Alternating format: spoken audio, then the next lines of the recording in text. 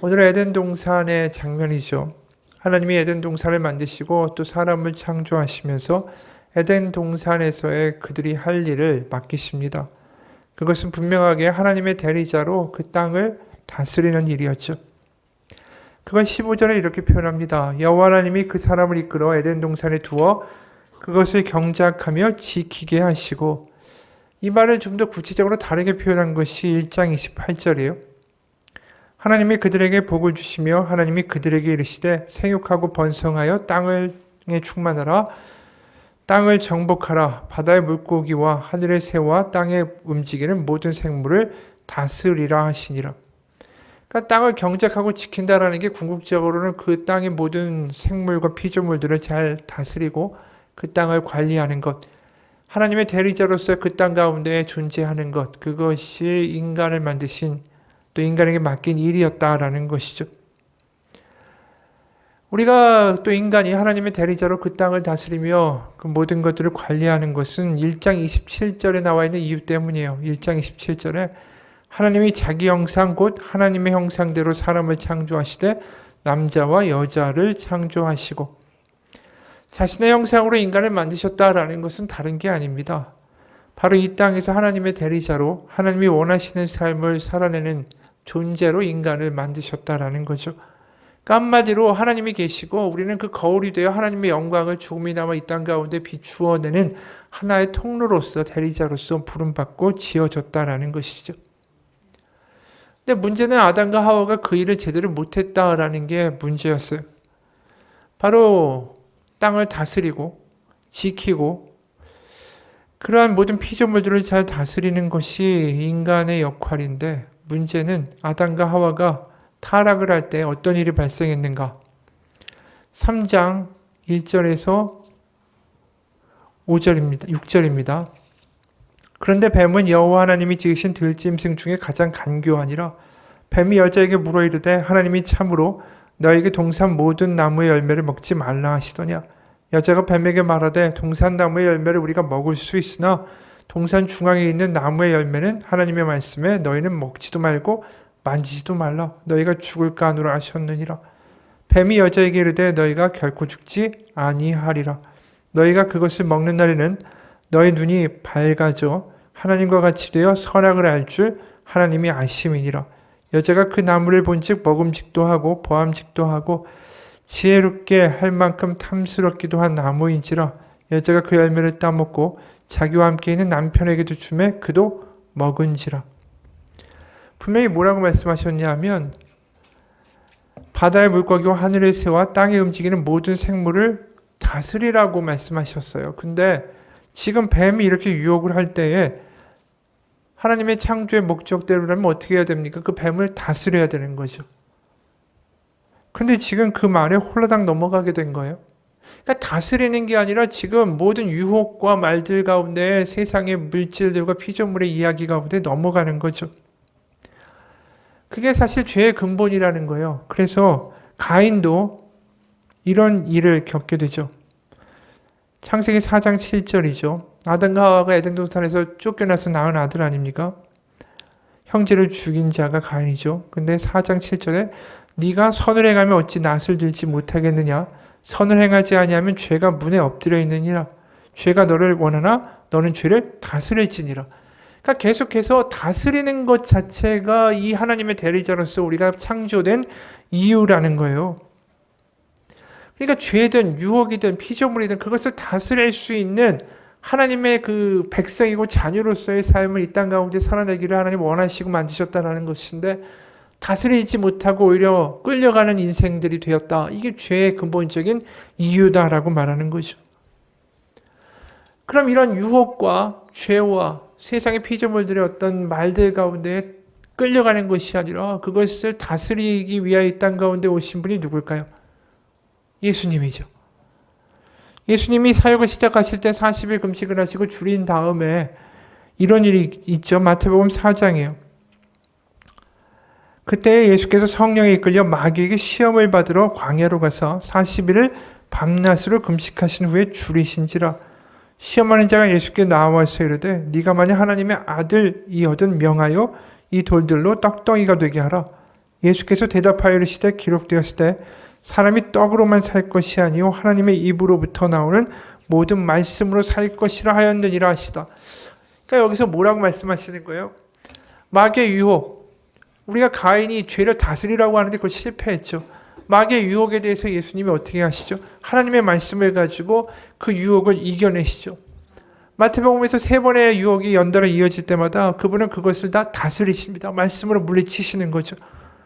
그러니까 다시 말해서 예수님이 이 땅에 오셔서 보여주시는 것은 아담과 하와가 실패했던 일, 세상과 죄와 마귀와 유혹의 다스림을 받는 자가 아니라 그것들을 다스리는 하나님의 형상으로서의 인간의 모습을 다시 회복시키시는 하나님의 역사가 예수님이었다라는 거죠. 그래서 에덴 동산에 있었던 그 원래의 우리의 모습대로 하나님이 우리를 회복시키고자 하신 것이죠. 그래서 골로새서 3장 10절에 이런 말씀 나오는 거 아닙니까? 새 사람을 입었으니 이는 자기를 창조하신 이의 형상을 따라 지식에까지 새롭게 하심을 입은 자니라. 그러니까 하나님의 형상이 회복되면 새로운 피조물이 되고 새로운 사람이 되어 세상 가운데 다스림을 받는 자가 아니라 그것을 말씀으로 다스리고 거부할 수 있는 새 옷을 입은 자가 되는 것이다 라는 거죠. 로마서 8장 29절도 마찬가지예요. 하나님이 미리 아신 자들을 또한 그 아들의 형상을 본받게 하기 위하여 미리 정하셨으니 이는 그로 많은 형제 중에서 맏아들이 되게 하려 하심이니라. 예수님이 맏아들로 이 땅 가운데 오셨다라는 것은 우리가 그분의 형제요 자매가 된다는 걸 의미하는 거죠. 바로 예수님이 이 땅 가운데 하나님의 형상을 회복하신 것을 본받아 우리도 그 하나님의 형상을 본받는 사람으로서의 피조물의 모습을 회복되게 하시기 위하여 오셨다라는 거예요. 그래서 예수님이 계속해서 우리 가운데 말씀하시는 게 뭐냐면 회복의 역사예요. 우리가 거듭난다라는 게 내가 예수님을 믿고 거듭난다, 뭐 마음의 결단이 있다라는 게 아니라 거듭난다라는 건 죄로부터 태어난 우리가 다시 하나님의 자녀로 하나님의 형상으로 세상 가운데 끌려가고 유혹당하는 자가 아니라 하나님의 말씀으로 말미암아 그것들을 다스리고 이길 수 있는 자로 다시 우리가 태어난다. 이게 거듭난다는 뜻이에요. 그래서 오늘 우리가 이 장면을 보면 7절에 여호와 하나님이 땅의 흙으로 사람을 지으시고 생기를 그 코에 불어넣으시니 사람이 생명이 되니라. 그러니까 흙이었던 인간에게 생기를 불어넣으셔서 그 사람이 생명이 되었다. 이게 창조의 모습 아니에요? 그럼 이런 새로운 거듭남의 모습, 다시 창조 회복의 모습을 예수님이 말씀하실까요? 안 하실까요? 하시죠. 그게 우리가 요한복음 20장에 나와 있는 이 장면이에요. 예수님이 부활하신 다음에 어떻게 하십니까? 19절, 22절이에요. 이날 곧 안식 후 첫날 저녁 때에 제자들이 유대인들을 두려워하여 모인 곳에 문을 닫았더니 예수께서 오사 가운데 서서 이르시되 너에게 평강이 있을지어다. 이 말씀을 하시고 손과 옆구리를 보이시니 제자들이 주를 보고 기뻐하더라. 예수께서 또 이르시되 너에게 평강이 있을지어다. 아버지께서 나를 보내신 것 같이 나도 너희를 보내노라. 이 말씀을 하시고 그들을 향하사 숨을 내쉬며 이르시되 성령을 받으라. 이 장면이 유난맞게 눈에 띄는 것은 뭐냐 하면 예수님이 부활하신 다음에 그들에게 숨을 내쉬며 생기를 부어주시면서 성령을 받으라라고 말씀하셨다라는 대목이에요. 오늘 우리가 읽었던 2장 7절의 말씀이 뭐예요? 생기를 코에 불어넣으셔서 호흡을 불어넣으셔서 그 사람이 생명이 되었다, 아담이 되었다라고 말하는 것처럼 다시 예수님이 부활하셔서 우리 가운데 새로운 호흡을 불어넣으신다는 거죠. 죽어있는 우리 가운데 어떻게 보면 죄에 이미 깔려있고 세상 가운데 무능해져 버린 우리 가운데 하나님이 다시 한번 그 호흡을 불어넣으사 다시 한번 생명이 된 것처럼 우리를 다시 회복시키시는 그 일, 그게 바로 성령으로 우리 가운데 호흡으로 불어넣으셨다라는 거예요. 그러니까 예수님이 하신 일은 뭘까요? 오늘도 세상을 다스리고 죄를 다스리고 그분의 생기와 호흡으로 살아가는 법을 완전히 잊어버린 우리를 다시 한번 깨우시는 거죠. 여러분, 그래서 우리가 보면 창조의 생기와 호흡에 불어넣으셨던 하나님이 그냥 그 생기를 잃어버린 우리를 놔두시지 않고 계속해서 하나님의 성령 생기를 부어넣고자 하시는 모습이 구약에서도 계속 반복돼요. 우리가 너무나도 잘 아는 구절이 뭡니까? 에스겔 아니에요? 에스겔 37장에 보면 마른 뼈의 환상이 나오죠. 거기서 무슨 단어가 나오는지 한번 보겠습니다. 에스겔 37장 5절에서 12절이요. 주 여호와께서 이 뼈들에게 이같이 말씀하시기를 내가 생기를 너에게 들어가게 하리니 너희가 살아나리라. 너 위에 힘줄을 두고 살을 입히고 가죽으로 덮고 너희 속에 생기를 넣으리니 너희가 살아나리라. 또 내가 여호와인 줄 너희가 알리라 하셨다 하라. 11절 12절에 이렇게 말씀하죠.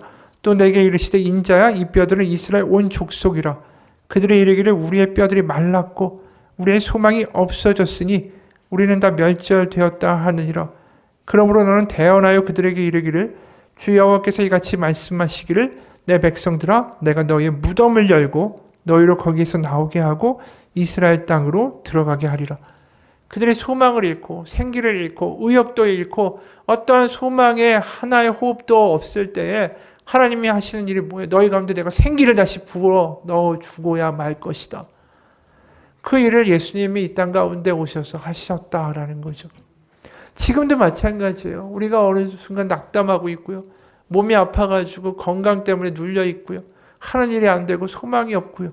비교가 되기 시작하면서 주저앉아 있고 내가 계획한 일이 내 뜻대로 안 된다고 낙담하고 있고 어느 순간 한숨만 쉬고 있을 때 하나님 우리 가운데 다시 한번 생기를 불어넣으사 세상 가운데 다스림 받는 존재가 아니라 하나님의 말씀 가운데 소망과 세상을 다스릴 수 있는 존재로 우리 회복시키기 원하신다라는 거죠. 그래서 누가복음 11장에 이 말씀이 그냥 하시는 말씀이 아니잖아요. 10절부터 13절 구하는 이마다 받을 것이요 찾는 이는 찾아낼 것이요 두드리는 이에게는 열릴 것이니라. 너희 중에 아버지가 된 자로서 누가 아들이 생선을 달라 하는데 생선 대신에 뱀을 주며 알을 달라 하는데 전갈을 주겠느냐. 너희가 악할지라도 좋은 것을 자식에게 줄 줄 알거든 하물며 너희 하늘 아버지께서 구하는 자에게 성령을 주시지 않겠느냐 하시니라. 하늘 아버지가 우리가 탄식하며 구하며 아버지 앞에 나아갈 때 부어주기 원하시는 게 뭐라고요? 성령이에요. 낙담의 한숨이 아니라 하나님의 생기를 다시 한번 부어 넣어주기 원하신다라는 거죠. 그게 구약부터 시작해서 예수님 그리고 우리에게 연결되는 하나님의 그 성령 생기 부으심의 그 이야기예요. 바로 오늘 창조된 그 모습대로 망가지기 전의 모습대로 어느덧 우리가 예수님 믿고 정말 기쁘고 나 정말 하나님이 살아계신 거 알겠어. 와 하나님이 기도하시면 들어주셔. 와 하나님이 우리 가운데 아버지가 되셔서 이런 기쁨을 가지고 살다가 어느 순간 낙담하고 쓰러져 있고 세상 가운데 눌려 있을 때 하나님은 그 무엇보다 우리 가운데 다시 한번 생기를 부어주기 원하십니다. 우리가 로마서에도 그렇잖아요. 우리가 기도할 바를 알지 못할 때 성령이 말할 수 없는 탄식으로 우리를 위하여 간구하신다라고 말씀하시죠. 내가 한숨 쉬고 있을 때 하나님은 우리를 향하여 생기를 받으라. 나의 호흡을 받고 다시 일어서라. 이게 하나님이 우리 가운데 원하시는 거 아닐까요? 그래서 아까 얘기한 대로 요한복음 3장 5절과 8절에 계속 이 이야기 하시는 거예요. 예수께서 대답하시되 진실로 진실로 너에게 이르노니 사람이 물과 성령으로 나지 아니하면 하나님의 나라에 들어갈 수 없느니라. 육으로 난 것은 육이요 영으로 난 것은 영이니 내가 너에게 거듭나야 하겠다 하는 말을 놀랍게 여기지 말라. 우리가 거듭난다라는 건 다시 한번 하나님의 생기로 충만해지는 거죠. 호흡을 잃어버리고 어느 순간 질식해버리는 죄에 빠진 아담과 같은 존재에서 다시 한번 하나님의 생기를 호흡할 수 있는 다시 태어나는 역사, 그 일을 하나님은 예수님을 통해서 이루고자 하셨다라는 것입니다. 그러니까 사도 바울도 이런 이야기를 하는 거죠. 로마서 8장 9절 만일 너희 속에 하나님의 영이 거하시면 너희가 육신에 있지 아니하고 영에 있나니 누구든지 그리스도의 영이 없으면 그리스도의 사람이 아니니라. 바로 그리스도가 이 땅에서 오셔서 하고자 하신 일은 우리 가운데 생기를 불어넣어 주시는 일. 그 생기를 경험하지 아니하면 거듭난 자가 아니라는 거예요. 그리스도의 사람이 아니라는 거예요. 다시 말해서 그리스도가 이 땅에 오셔서 하신 일은 우리 가운데 그분의 영으로 호흡으로 살리는 일이었다. 갈라디아서 4장 6절도 마찬가지죠. 너희가 아들임으로 하나님이 그 아들의 영을 우리 마음 가운데 보내사 아빠, 아버지라 부르게 하셨느니라. 우리가 낙담하고 힘들어 있을 때 우리 가운데 하나님의 생기가 들어오면 제일 먼저 터져나오는 일성이 뭔지 아세요? 아빠, 아버지예요. 하나님이 내 아버지시라는 게 머리가 아니라 내 마음 깊은 곳에서 믿어지는 역사가 일어나는 거예요.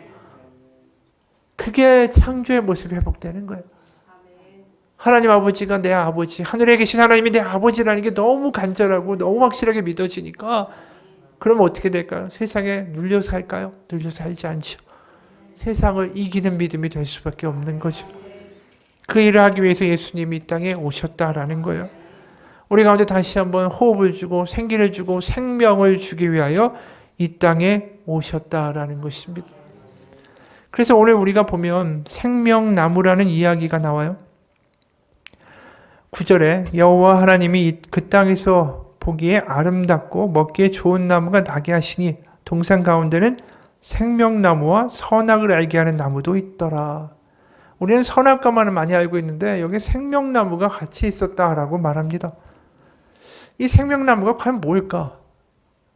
그것이 뭔지는 우리는 잘 알 수 없죠. 하지만 우리가 하나 추측해 볼 수 있는 건 있어요. 뭐냐 하면 예수님이 항상 뭐라고 말씀하시냐면 내가 곧 길이요 진리요 생명이니 나로 말미암지 않고는 아버지께로 올 자가 없느니라라고 말씀하셨어요. 그리고 예수님이 이 땅에 오셔서 하시는 게 뭐죠? 우리 가운데 생기, 호흡을 회복시키는 일이라고 하셨죠. 생명을 주는 일이라고 하셨죠. 그럼 과연 생명나무가 우리에게는 뭘까? 바로 예수 그리스도의 십자가라는 것이죠. 바로 예수 그리스도의 십자가를 통해 우리 가운데 하나님의 생기, 하나님의 생명이 성령이 우리 가운데 부어주시는 위로부터 부어주는 은혜의 길이 열린 거 아니겠어요? 그러니까 우리 가운데 십자가가 생명나무인 거예요. 우리도 지금 눈앞에 아담처럼 두 개의 나무가 눈앞에 존재해요. 하나는 생명나무, 하나는 선악과예요. 한쪽의 생명나무는 뭘까요? 십자가라는 거죠. 한쪽의 선악과는 뭘까요? 내가 주인이 되고 내가 옳고 그름을 판단하고 하나님은 내가 원하는 대로 움직여야 되고 내가 주인으로 이 세상을 살아가겠다라는 방식의 길이 선악과의 길이에요. 왜요? 선악을 내가 판단하는 거니까. 우리가 솔직히 내일 무슨 일이 일어날지도 모르잖아요. 지금 막 아둥바둥하고 이거 아니면 죽을 것 같고 이것 때문에 원통해서 잠도 못 자고 막 밤새고 막 일주일을 끙끙거리는데 그거 한 10년, 20년 지나보세요. 기억도 안 나요. 내가 왜 그렇게 했는지.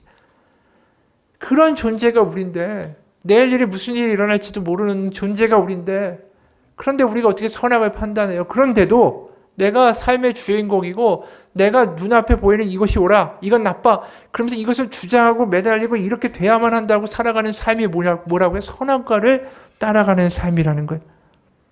그럼 십자가의 생명나무의 삶은 뭘까요? 바로 십자가가 의미하는 게 뭘까요? 내가 죽고 내 안에서 예수님, 바로 성령님이 살아가시기를 고백하는 삶이 십자가를 택하는 삶이죠.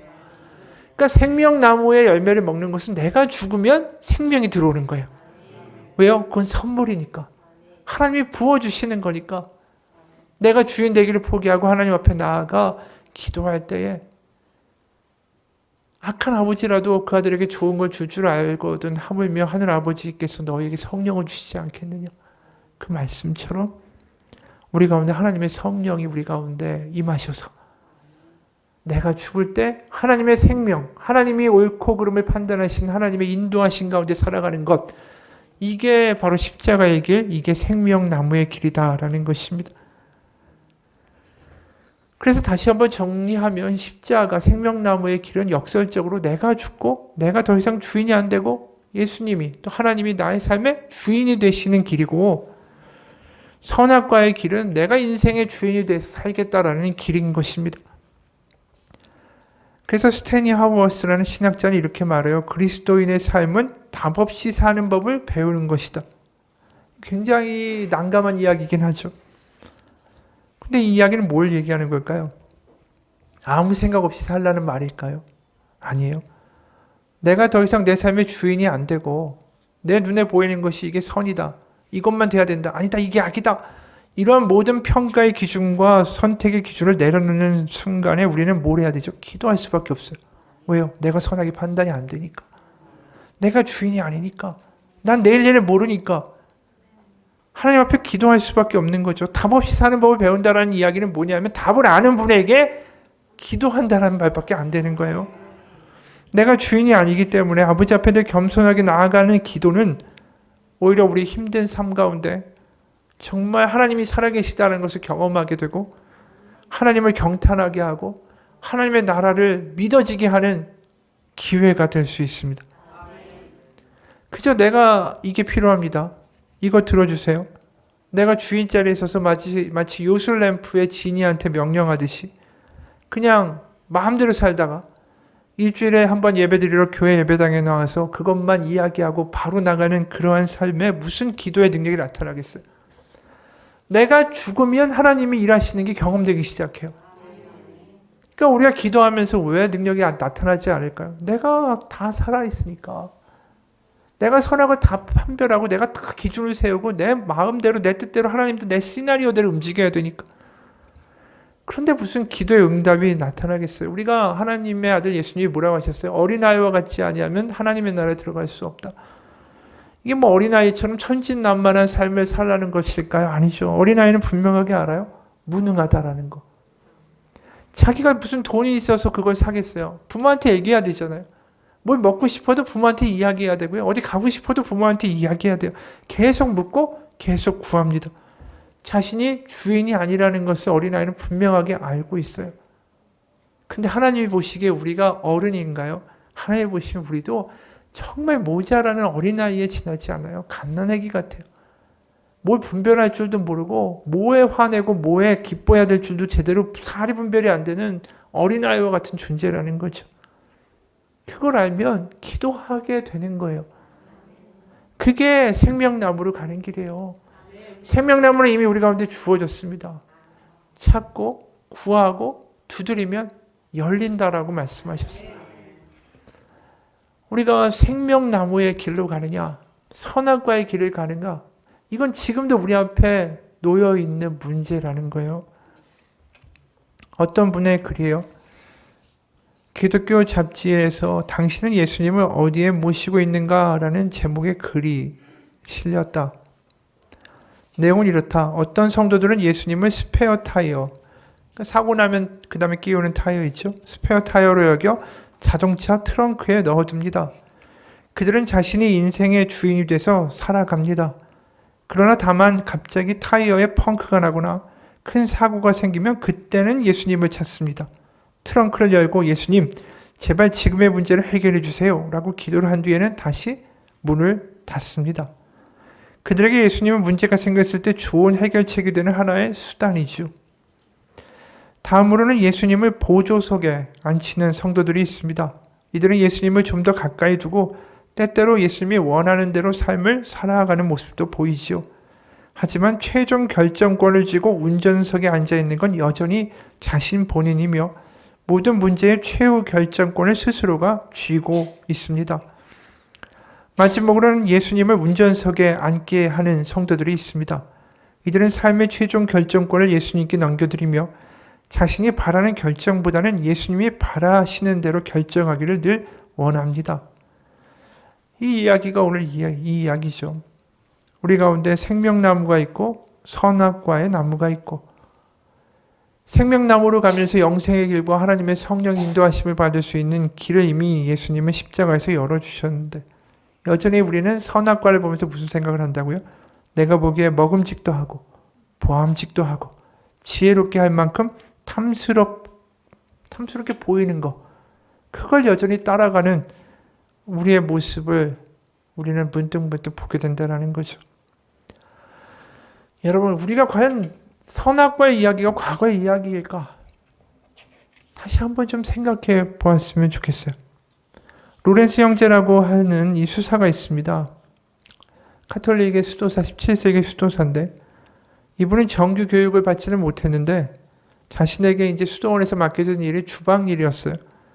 그 일을 하면서 늘 하나님이 그 마음 가운데 계시는 그 놀라움과 그 충만함을 경험하고 살았던 사람이었는데 하나님의 임재 연습이라는 책을 썼습니다. 그러면서 이분이 뭐라고 얘기했냐면 어떻게 하면 하나님의 임재, 하나님의 살아계심을 느끼는 그런 순간순간에 들어갈 수 있느냐? 그 질문에 대해서 이렇게 대답했습니다. 내가 수도원에 들어갔을 때 나는 하나님을 나의 생각과 영혼의 모든 느낌의 처음이자 마지막으로 간주했다. 지정된 기도 시간 중에 나는 시간을 들여 묵상하고 읽기보다는 우리의 마음의 믿음의 빛으로 받아들여야 할 하나님의 진리와 성품을 묵상했다. 예수님을 계속 떠올림으로써 나는 그분 안에 거하기로 결정한 그 순간에 하나님이 얼마나 대단하게 우리를 사랑하시는가에 대한 지식이 날로 더해갔다. 그래서 늘 부엌 일을 하고 또 그 일을 마친 이후에 나는 늘 하나님, 다시 말해서 예수님을 떠올리는 시간에 몰두했다. 기도의 시간은 실제로 일하기 전과 일하기 후에도 가졌고 일을 시작하기 전에 나는 주님께 나의 하나님, 주님께서 저와 함께 계시고 주님의 뜻에 의해서 저는 일을 해야 합니다. 주님과 함께 거하고 주님의 임재 속에 오늘도 살아갈 수 있게 해주시옵소서. 저와 함께 일하셔서 제가 최선의 일을 선택하고 할 수 있게 해주시옵소서. 저의 일과 저의 사랑을 주님에 대한 사랑의 제물로 받아 주옵소서. 그렇게 일을 하는 동안에도 또 일을 마친 이후에도 나는 항상 주님이 나와 함께 늘 계시는 것으로 주님께 계속 말을 하곤 했고 주님께 나의 일을 바치고 도와주심에 대해서 늘 감사했다. 그리고 일이 끝날 때는 그것을 조심스럽게 돌아보았다. 잘한 일이었다면 하나님께 감사하고 잘못을 발견하면 낙심하지 않고 주님께 용서를 구하고 그렇게 주님 속에 머물면서 일을 계속했다. 이렇게 매일 주님과 지속적으로 대화를 나누는 연습을 계속하고 잘못하면 또 주님께 용서를 구하고 그게 어려웠지만 처음에는 나중엔 너무나도 주님이 나와 함께 하신다는 임재가 자연스럽고 쉬운 일이 되어버렸다. 그러니까 이 삶 자체가 항상 이 주님께 묻는 삶이 되다 보니까 어느 순간 그게 맨 처음에는 힘들더니 그게 너무나도 주님이 살아계심을 느끼게 하는 놀라운 은혜의 통로가 되었다라고 고백하는 거예요. 그러니까 순간순간 우리는 이 선악과로 끌려갈 때가 많죠. 아까 이야기한 대로 먹음직스럽고 탐스럽고 보암직스럽고 지혜롭게 할 것 같고 이것만 되면 잘 될 것 같은 것에 우리는 바로 끌려갑니다. 그게 끌려가지 않고 그것을 다스릴 수 있으려면은 내가 주님 안에 있는 것밖에 없죠. 내가 주님 안에 매일 주님이 필요하다라고 고백하고 주님이 내 삶에서 내 순간마다 내 집안에서 내 일터든 오늘 하루를 시작함에 있어서도 주님이 나와 함께 하시기를 구하고 순간순간 떠오를 때마다 주님께 나아가고 그게 생명나무를 먹는 일이에요.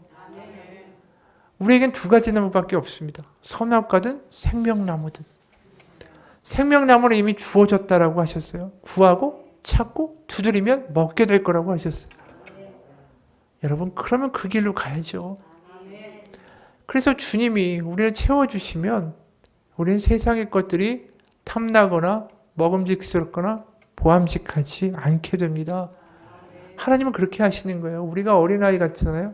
너 하지마 한다고 해서 애가 안 합니까? 당연히 하죠. 애가 안 하는 길은 뭐냐 하면 다른 걸 안겨주면 안 해요. 다른 걸 안겨주면 그거 하느냐고 하지 말라는 거는 아예 신경도 안 쓰고 안 합니다. 그게 하나님의 방식이에요. 우리가 어리잖아요. 우리가 인간인데 얼마나 유혹이 약해요. 근데 하나님이 하지마 너 안 하면 너 하면 내가 너 징계하고 지옥에 갈 거야 이렇게 말씀하시는 게 아니라 내가 너에게 성령을 부어줄 거야. 그것으로 너를 강건케 할 거야. 너를 다시 한번 내가 살려놓을 거다. 구하고 찾고 두드리기만 해라. 그러니까 더 좋은 걸 주시고 그걸로 우리가 다른 나쁜 것들을 놓기를 만드신다는 거예요. 그렇기 때문에 선악과만 있고 이거를 먹으면 넌 죽어가 아니라 생명나무가 있다는 게 더 중요한 거라는 거죠. 오늘도 우리는 생명나무를 먹을 수 있습니다. 그런데도 왜 자꾸만 선악과를 따먹으려고 그래요?